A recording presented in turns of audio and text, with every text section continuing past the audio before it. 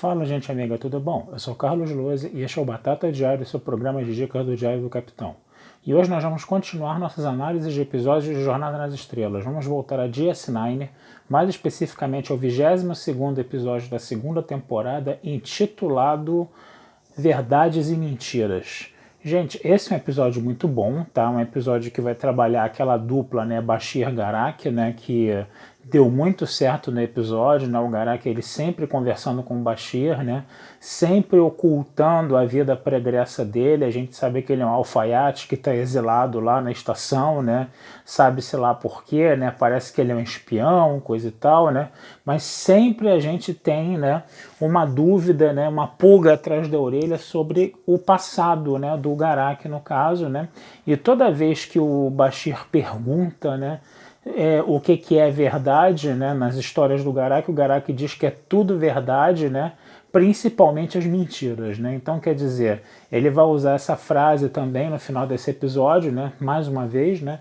Mas dessa vez é interessante a gente perceber que o Garak ele vai estar numa situação vulnerável. Por quê? Porque ele está com um implante na cabeça, né? Ele acaba, vamos dizer assim, passando mal, né? O Bashir não entende por que ele está passando mal, né?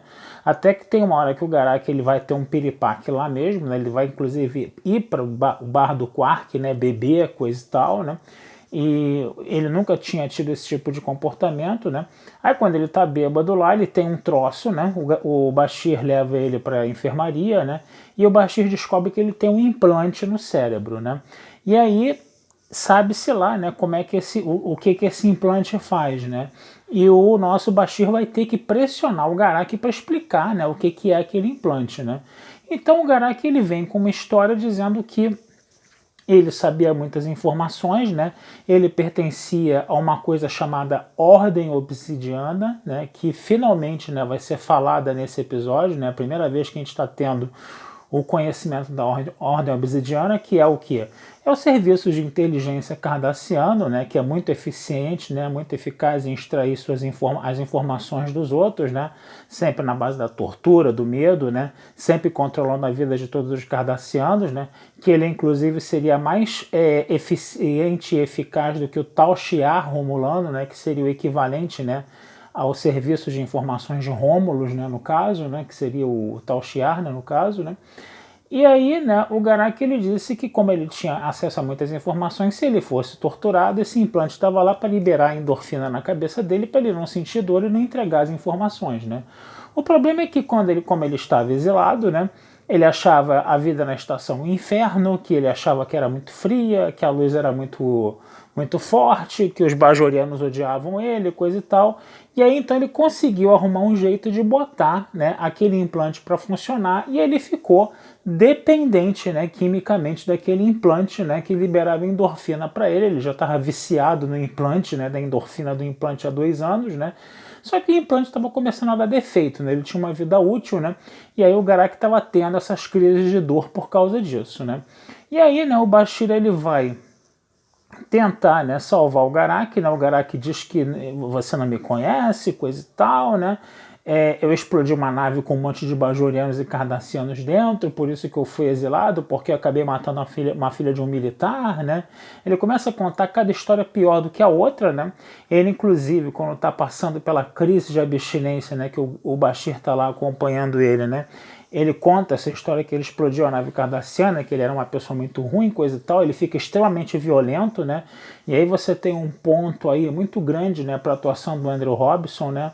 Que ele realmente ali, ele atuou bem, né? Ele ficou bem violento mesmo, partiu para cima do Bashir, quis dar porrada nele, ele estava completamente descontrolado, né, por causa da abstinência, né? O episódio é até muito mais do Bashir do que do Garak, né? No caso, né? Porque o Bashir é que vai tomar todas as iniciativas, né? Para descobrir por que o Garak está se sentindo mal. Depois vai descobrir o implante. Depois vai pressionar o Garak para explicar o porquê daquele implante. Depois vai buscar a cura, né, para o implante do Garak, né, esse negócio todo. Então o Bashir é o cara que toma a iniciativa no episódio, né, mas esse pedaço onde o Garak está realmente tendo a crise de abstinência, ele está realmente numa situação de violência muito grande, é a parte boa do episódio, né, no caso, né.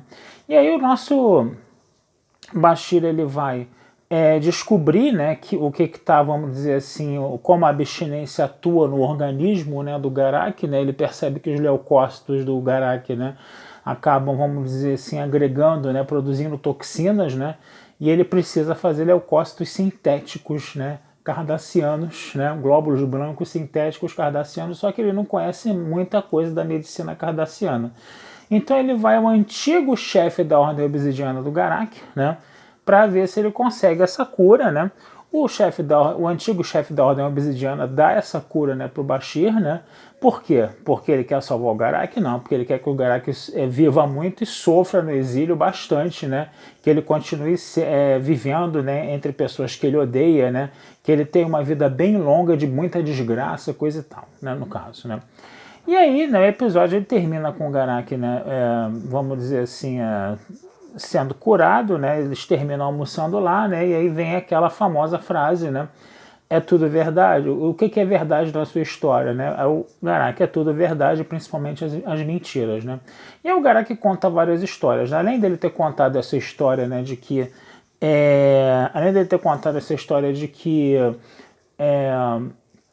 ele tinha explodido uma nave com bajorianos e cardassianos dentro. Depois ele diz que ele foi exilado por causa disso, porque ele matou a filha de um militar importante nessa explosão.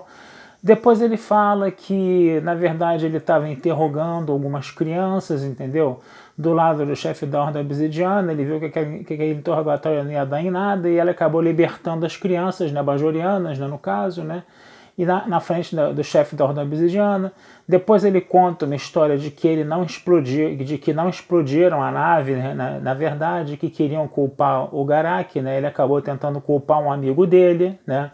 Que depois, na verdade, o amigo acabou se antecipando e traiu ele antes, né? Aí depois o nosso Bashir, ele vai perguntar sobre esse amigo, né, do Garak para o chefe da Ordem Obsidiana. O chefe da Ordem Obsidiana diz que o nome desse amigo é o primeiro nome do Garak, né? Então você não tem certeza de nada ali, você só sabe que o Garak está jogando um monte de historinha ali, você não sabe qual é a história real, né? O Garak está sempre ali contando uma história diferente sobre o passado dele, né? E tudo é verdade, né? Principalmente as mentiras, né? Então, quer dizer, são mentiras verdadeiras, as mentiras são autênticas, né? Vamos dizer assim, né? Então, são mentiras mesmo, né? Então, quer dizer, é isso, né? O episódio, ele tem essa toada, né? É um episódio muito bacana, tá?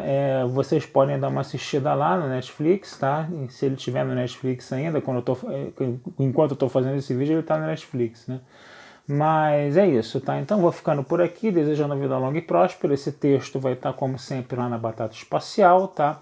E não deixem de curtir, compartilhar, comentar o Diário do Capitão, que essa ajuda de vocês sempre nos é muito bem-vinda, tá bom? Um abração, fui e até a próxima.